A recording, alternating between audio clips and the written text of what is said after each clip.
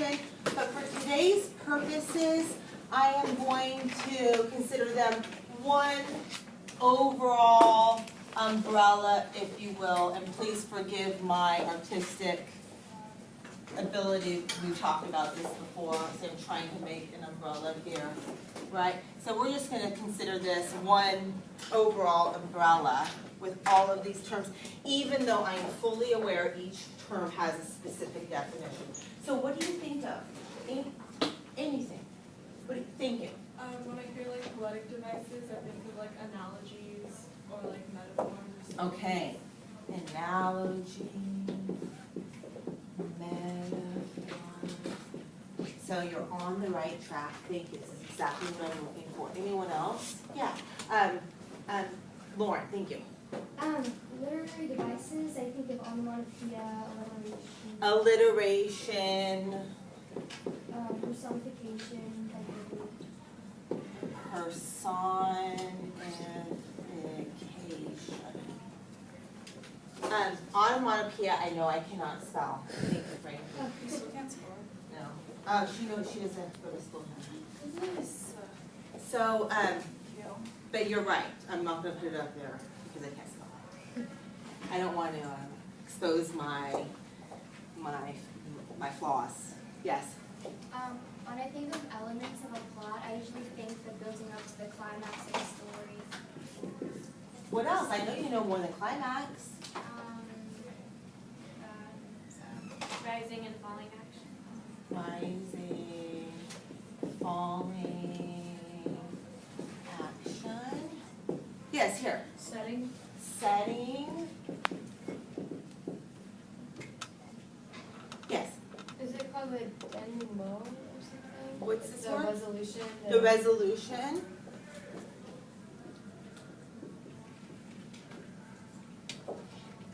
Okay, what else, girls? I know you know tons. Yes. When I think of literary techniques, I think of annotating. Oh, okay. And I know that this is not quite what I'm thinking about right now, but definitely annotating is a very important skill, but not quite. I'm more thinking about what a writer does to create a literary piece. Yes. Character development. Character development.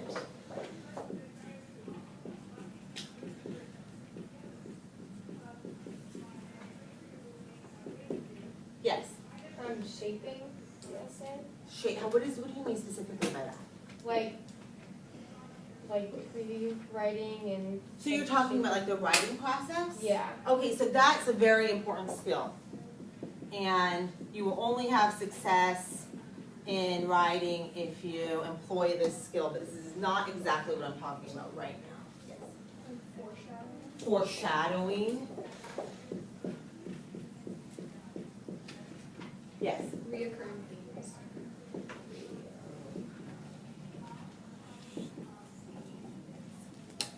Yes. Does symbolism count? Symbolism counts. So we've got a lot up here, right?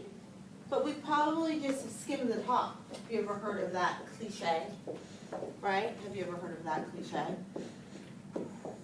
So I want you girls to consider a few other literary techniques that authors employ in order to create a piece of literature. All right, I want you to think about perspective. And when we talk about perspective, what am I talking about when I talk about perspective? Yes? Is it like the point of view? Point of view.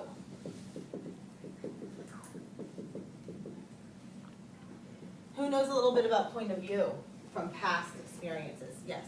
There's first person, third person. There's second person. There is second person. It's not very common. It's when you use you. I can think of a short story in Arranged Marriage that you'll read next year that uses second person, but it's not super common, but it does exist. What about third person? You can break this down even more. Yes? Isn't there a third person omniscient? Yes. What does that mean? It's like when you can view the other people's, it's like a third person telling the story, but like you can view the minds of others. Like everybody, it's like a bird's eye view, right? And what's the other type of third person that authors like to use? Yes? Like a narrator and that isn't a character. A narrator that's not the character, right? Natalie. Third person limited. Limited, what does that mean? It means that it only gives the perspective of one character. What, you're really following one character around. Now, I'm going off a little bit, but you know in any piece of writing that the point of view can change. It can change from first person limited. You can have a page that's first person limited and the next page can turn into omniscient, right? So then something else I want to consider, have you girls consider besides perspective is, have you heard this word? Have you heard this word before? Diction. Has anybody heard that word before? Do you know what it means? What does it mean? In really simple terms. Like how you speak. Okay, you're on the right, not exactly what I'm thinking, but you're definitely on the right path, yes. The language. The language, what about even more specific than just language in general? What do you think? The vibe, kind of like the vibe of the words, how the words come off, like the influence on the. Right, oh, so I'm gonna just go make it super simple in the simplest terms. I'm just gonna say it's word choice, right? And when you choose a word, when an artist chooses a word in a piece of writing, you can almost always guarantee that these words are chosen on purpose. They're not accidental. They just don't throw words in there and see what sticks. Like, how many people have been to a museum before? How many people have been, and you've seen beautiful pieces of art, right? So you can assume that artists, when they make choices on a canvas or in a story, that these choices are purposeful, down to the word choice. And word choices, words have connotations and denotations. That's totally spelled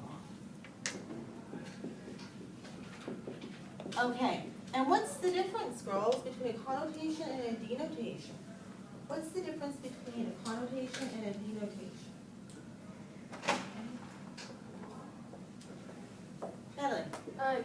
Connotation is like the feeling like you get, or like what feelings you associate with the word, and denotation is like the literal meaning of the Literal. word. Literal meaning and the feeling associated. Right. I'm going to give you a very basic example. Heart. Literally, Aowen, what is the heart? Literally, a heart is an organ inside your body that pumps blood throughout your body to make it. Literally, that's what a heart is. What's the connotation of heart? When you hear that word, what do you feel? Having like courage or like passion about something. That's definitely one connotation. He fought with heart. What's another connotation when you hear heart? Love. Love, right? So that's a very simple way to think of denotation and connotation with the word heart. So what I really want to do today is I am going to give you a passage from Great Expectations. We've already discussed the Great Expectations is a difficult text. The purpose of this activity is to look at a difficult text using literary techniques in an effort to understand the text better. That's what we do. We're going to analyze and explain what and how Charles Dickens created this passage. That's it. Just what does he do here? What do we see? So when we first do this activity, it's going to be, I'm going to give you girls about 7 minutes to read this passage and to annotate it, absolutely annotate it, looking for the different literary techniques that Charles Dickens used when creating this peace.